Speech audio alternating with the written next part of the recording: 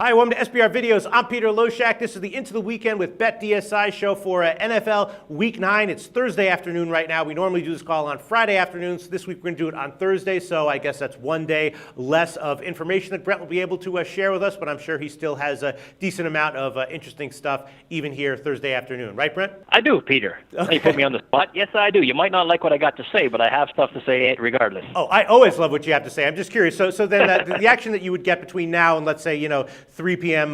Friday would be... Yeah, I mean, the Sharps, they're going to come in when they get the number that they want to find. And I've got a few games already that guys have come in, and it's not like that trend is going to reverse itself. It's not like the line is going to go back the other way, and the Sharps won't come back in on the side they've taken. Right. So the information's still pretty good. Perhaps more, it might get more total action and stuff like that in the next day or two. Mm-hmm. But no, I've got some, I got equally quality information as always, Peter. And the public action just tends to trickle in at a steady pace all week long?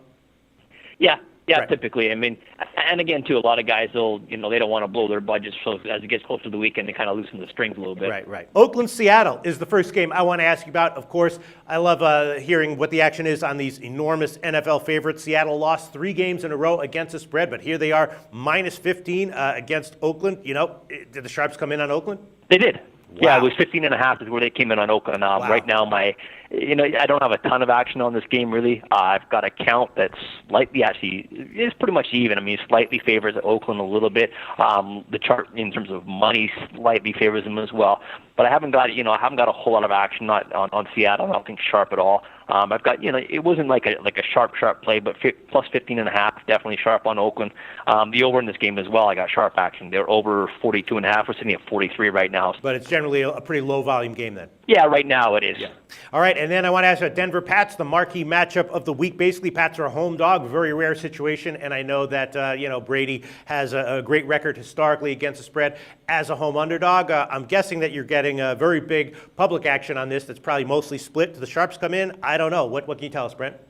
Yeah, I did have sharp action on this game. We took sharp action with New England +3, +10, +3, +05. We're sitting at Denver's -3, -120 as a road favorite at New England right now. So the only sharp action I got on the side was definitely one way, a couple of different guys. So, like I said, when I look for a couple different guys coming in as opposed to just one, I kind of suggested slightly stronger play.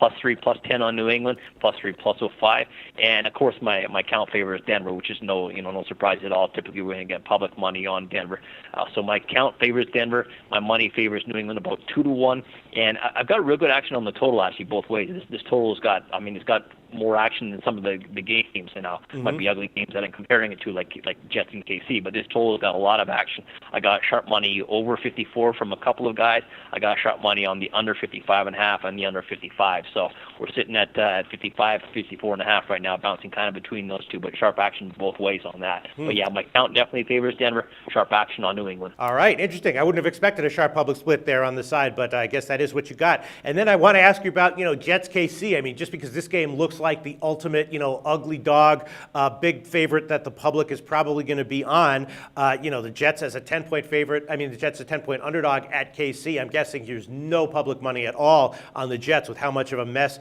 they're looking like. Is the public coming in on KC? I would guess so. Did the Sharps come in on the Jets? I don't know. Maybe they did. I don't know. What can you tell us, Brent? Yeah, I took we did take a big bet on the Jets +10. We're sitting at 9.5 right now, so KC's 9.5, a total of 41.5. I do have my count about 2-1 favoring Kansas City. Even with the big bet on the Jets, my money is still about 2-1 in favor of Kansas City. So not a whole lot of, not a big surprise there.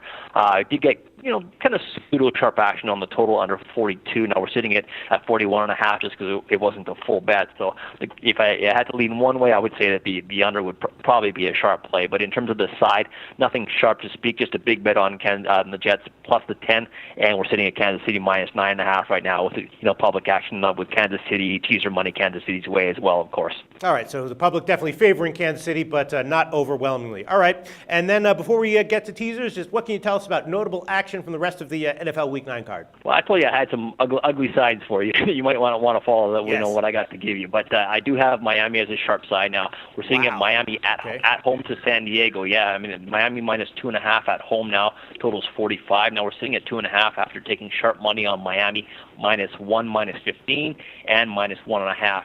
My count is about 2-1 in favor of San Diego. My money is 2-1 in favor of Miami. So we've got a sharp and public split there for sure.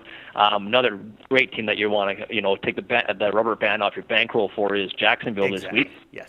Yeah, as always. I knew you were going to say that. Yeah, no, I mean, it is what it is. I got to share the information because it is what it is. But Jacksonville plus 12.5 was sharp.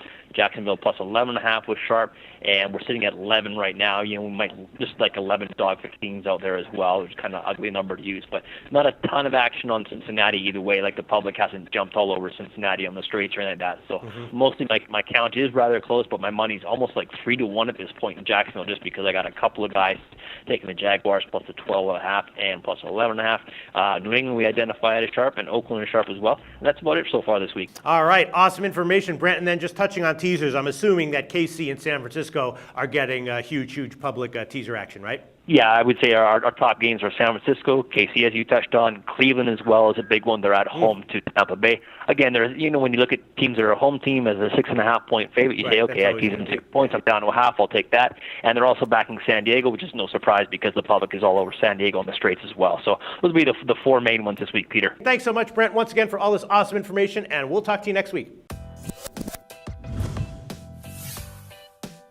The SBR Network offers free sports picks and game breakdowns, big money free betting contests year-round, a real-time Vegas-style odds monitoring service, and much more. So come see for yourself. To stay updated on SBR news and promotions, follow us on Twitter, Facebook, and Google+, and do be sure to subscribe to the Sportsbook Review YouTube channel to catch all our daily sports shows.